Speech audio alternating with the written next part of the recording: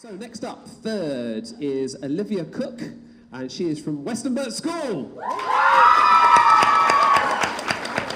Well done. As she wrangles some stuff onto the stage, let me tell you a little bit about Olivia. She's interested in art, painting, maths, Latin, and PE. A significant achievement today has been playing the lead role in a nativity play. Yep. Big deal, good job. Career aspirations of an astronaut or a designer. Very cool. Can't wait to hear what you're going to say. Over to you. Autism. We are all on the autistic spectrum, even if we aren't diagnosed with the disorder. Autism is it's a mental condition caused by difficulty in communicating and forming relationships with other people, also affecting on how that person perceives the world.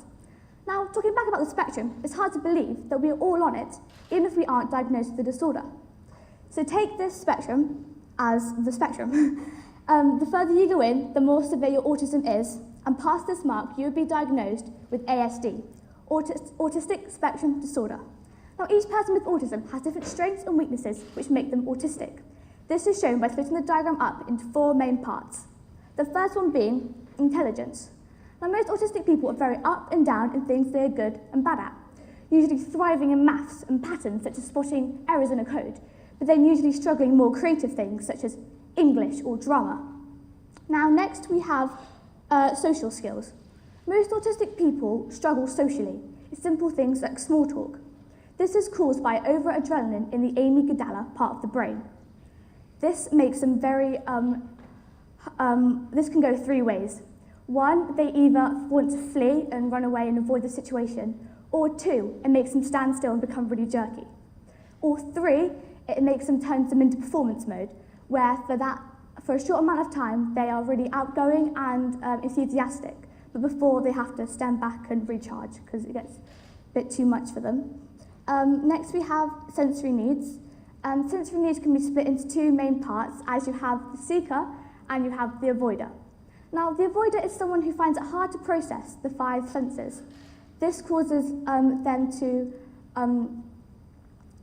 struggle in normal situations, such as a trip to the coffee shop, where the loud noises from the machines or the strong smell from the coffee can bombard their life, making it difficult to concentrate on anything else.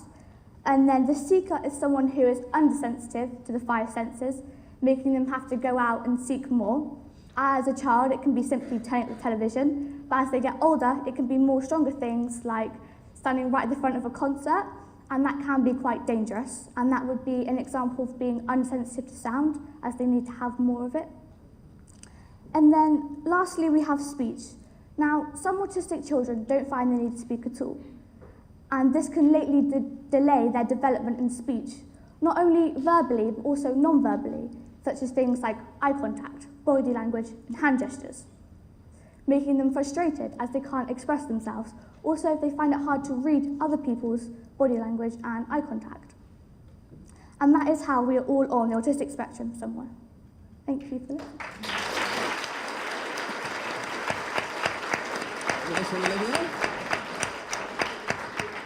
Judges. Yep, over to me. Well, that's absolutely brilliant. And, you know, not only did you come on stage with energy, enthusiasm, and engagement, but you also taught me a great deal, actually. I hadn't heard that model of how to think about the spectrum of autism. Yeah. So I've taken that away, and the way in which you described it was really very, very clear. So well done. And I have a little question. How did you get interested in the topic? Well, my little brother, he is a little bit autistic, and when I interact with him, I was just wondering, he got eye contact. He's not very good at keeping eye contact, yet he's quite good at remembering things. So I wondered how, even though he's autistic, why is he not autistic at all of them? Mm-hmm. And shows the different levels that people are autistic at and stuff like that. Right. So that got your interest going. Yeah. Well, brilliant. Well done. I don't know if any of my other colleagues have questions? Yeah, what did you enjoy most about researching the topic and also putting it together as a presentation for an audience? I liked making the circle. Is that the love of painting? Yeah. Yeah, well, I suppose it was something that I was interested in, so I wanted to find out about it, which made it a lot easier to work on instead of having it be a chore and stuff. Thank you, judges. But most importantly, thank you, Olivia. Thank you so much.